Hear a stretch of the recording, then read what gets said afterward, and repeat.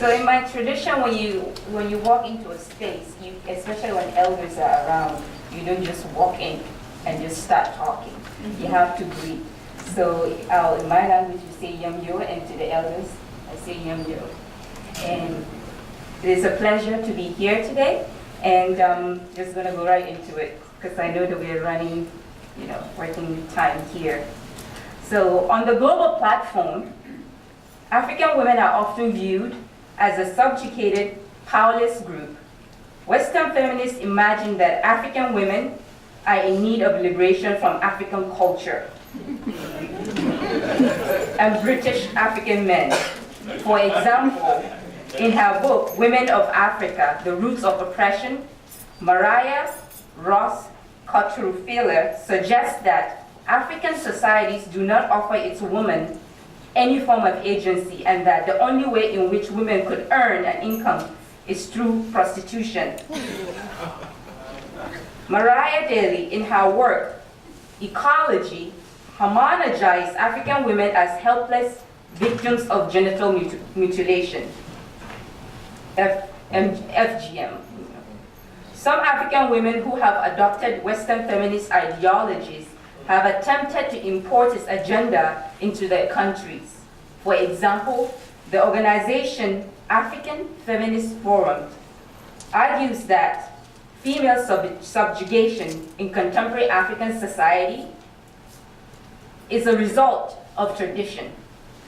As a village woman who has had the privilege of being acculturated into rural Yoknyam customs of Middle Belt Nigeria, and educated both in Africa and in the West, I have often wondered about these African women.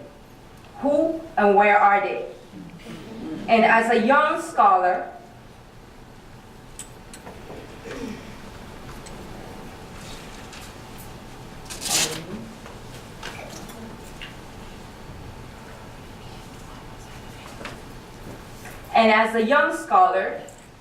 I want to understand to what degree African women were and are in their societies oppressed. This paper will focus specifically on Zimbabwe. It will examine the spiritual leadership roles that Shona women play in Shona traditional religion and African independent churches. I argue that the sacred and secular power of Zimbabwean women supports the core principles of Africana womanism, and that Africans on the continent and in the diaspora must look to African culture, African culture, past and present, for solutions to their social, political, and economic challenges. The aim of all this is for African people to be self-definers and self-sufficient, united in their effort to decenter white supremacy. The accounts of Southern Ghana call this Sankofa, go back and take, looking back to the past in order to move to the future.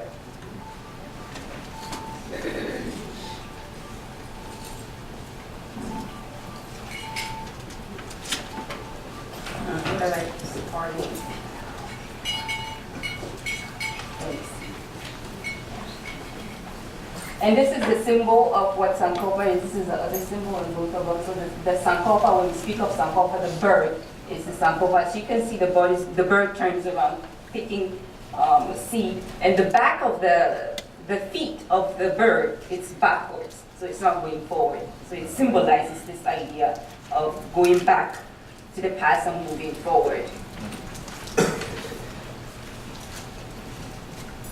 Women in Zimbabwe wielded significant power before their encounter with European colonialists, because Zimbabwean culture is guided by gender complementarity.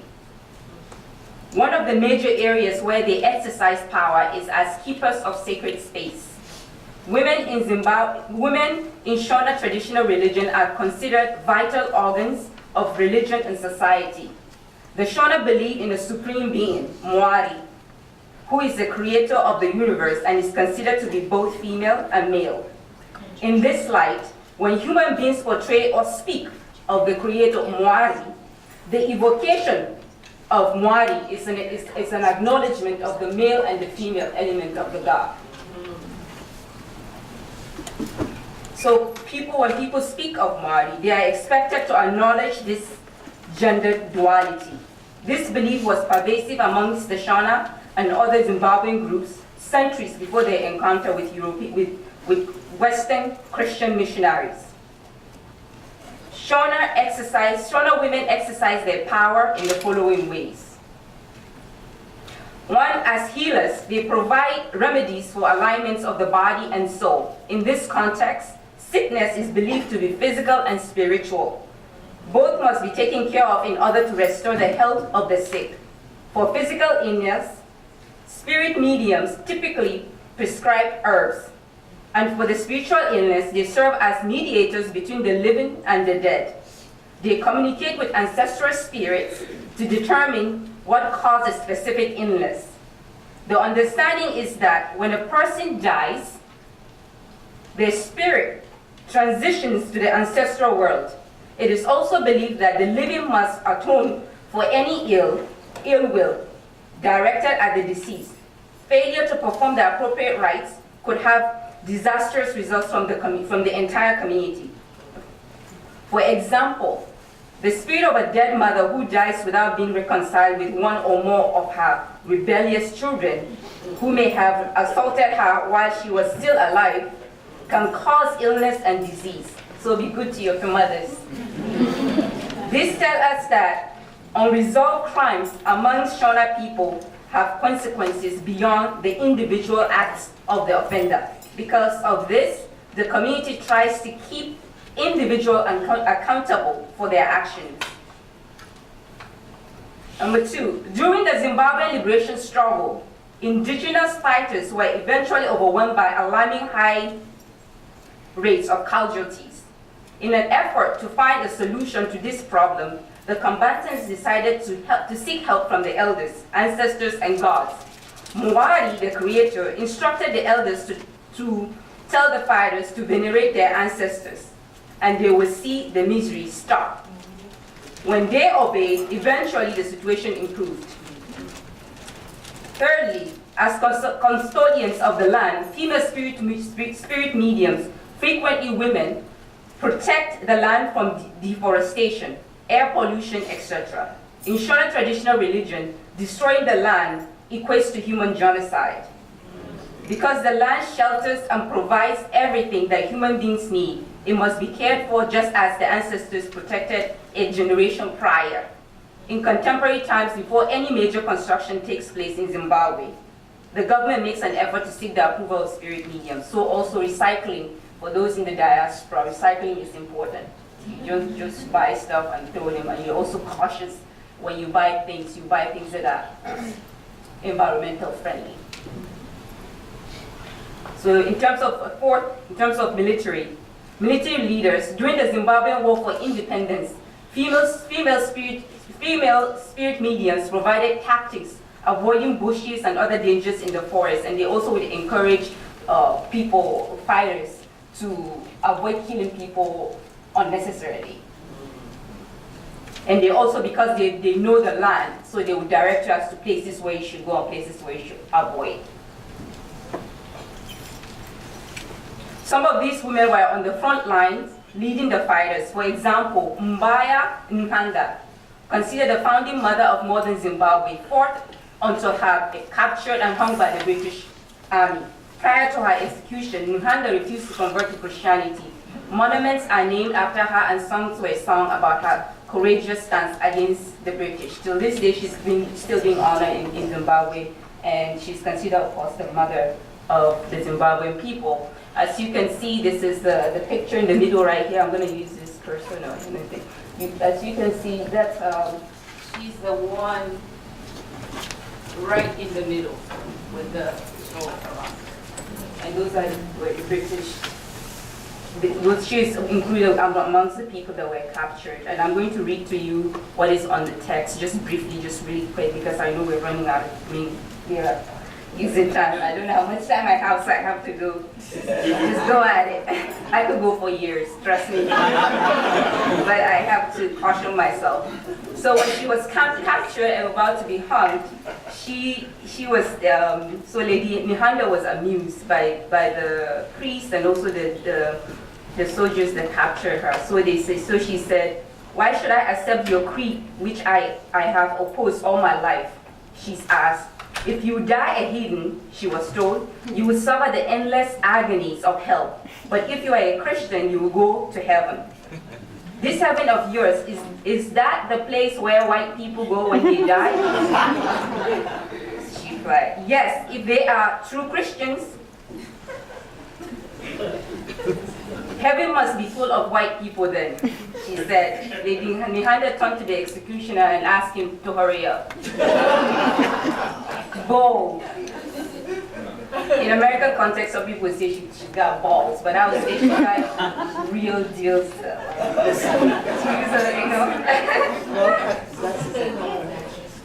So this woman empowerment within the Shona traditional religion also inspired women in African independent churches. So these are women that are converted to Christianity, and while they're in the Christian church, they feel limited.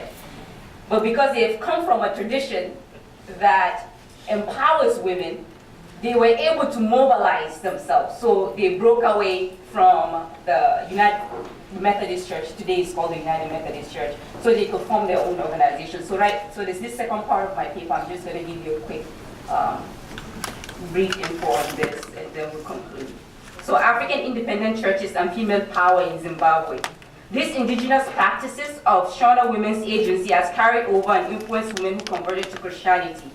The converts contributed to the Africanization of Eurocentric forms of Christianity, especially those in African independent churches.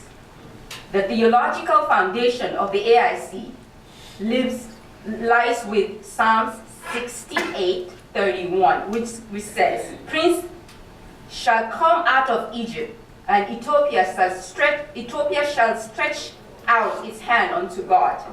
Many AIC churches use the verse to inspire their congregations. The central message that the AICs take from that message is that Africa would one day be liberated and Black Africans would have autonomy over their own affairs. To further validate their desire for self-sufficiency and independence from whites, AIC leaders use the sacred arts of healing and prophecy by referring to Old Testament and New Testament examples of God's work. For example, Exodus 15:25-6, it depicts God as a healer, and in Mark 7:33 reveals that Jesus used his saliva to heal a deaf man.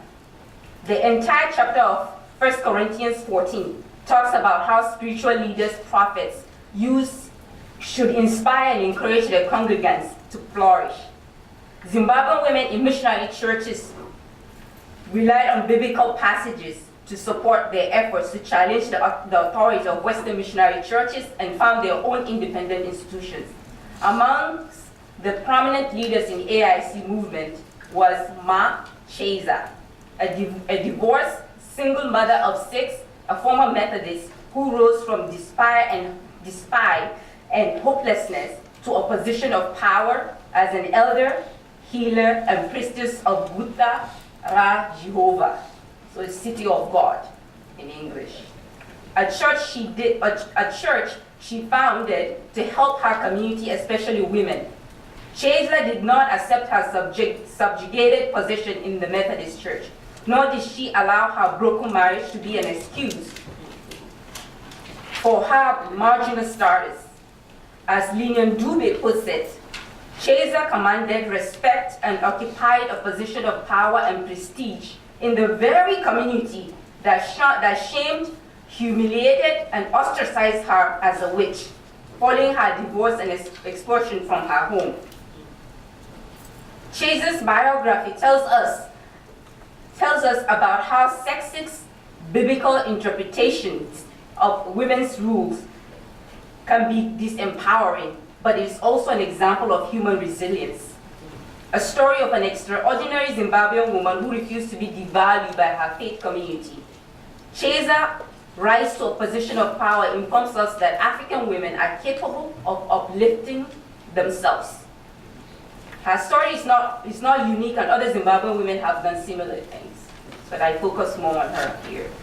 Chaser's ministry includes counseling, preaching the gospel of Christ, and healing the church.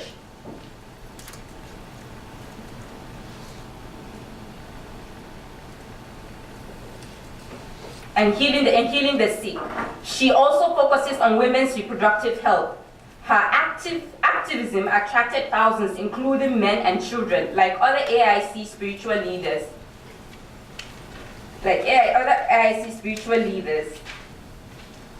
Chaser adopted traditional healing, which is the Shona traditional healing techniques, while at the same time opposing African traditional religion. This tension of rejecting and co-opting traditional religion among Zimbabwean Christians, Zimbabwean Christians and their spiritual leaders, is an example of the ongoing struggle to negotiate their African and Christian identity. Chaser's prominence could not have happened if it were not for her resilience and her ability to create a platform where she could have thrived. The AICs are amicable to women's leadership because their theology and interpretation of scripture complements Zimbabwean Shona traditional religion's esteem for women's contribution to society. Other things that the AIC churches do is they organize regional women fellowship group and businesses. So women help each other with shelter, strategy on selling their products, provide support to each other in times of need. Elders are respected in this community. They are self-sufficient as opposed to waiting on Western missionary women to give them handouts. In conclusion, I find several ironies when I hear Western feminists and their counterparts talk about African women and their lack of agency.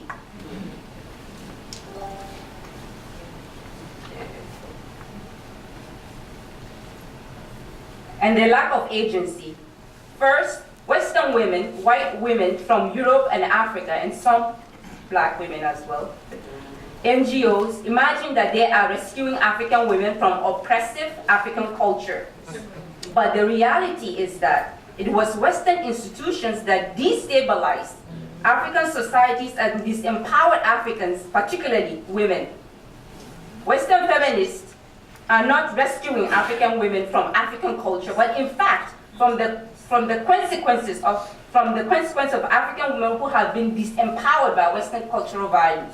For example, Mwandu Achebe, the daughter of late Elder Chino Achebe, in her book, she discusses the female king of colonial Nigeria, where she shows that individual African women were sometimes empowered during the colonial era. That's all right.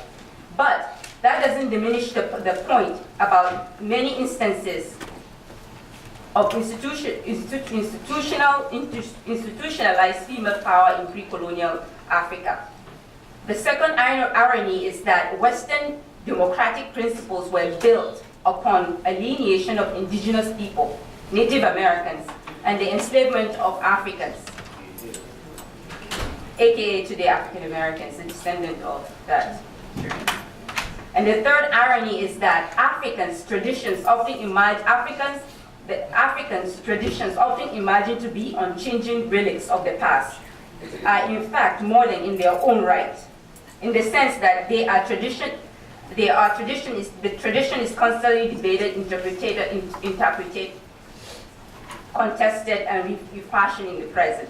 So the so-called traditions can teach the world important lessons about democracy, freedom, and women's empowerment. And the other part of it, element of this tradition is the spirit possession. So in the Shona tradition, a person can be possessed with spirit, yeah.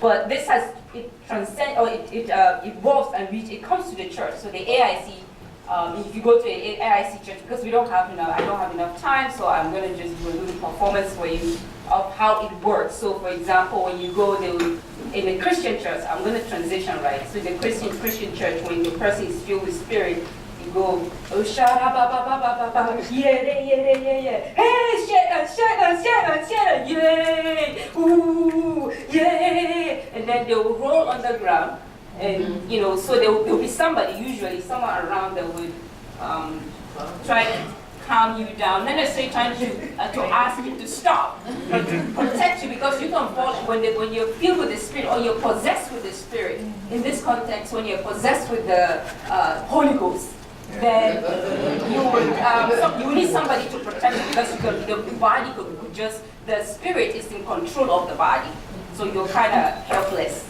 you know. So somebody has to protect you, and that's how it works. So thank you for the privilege to be here.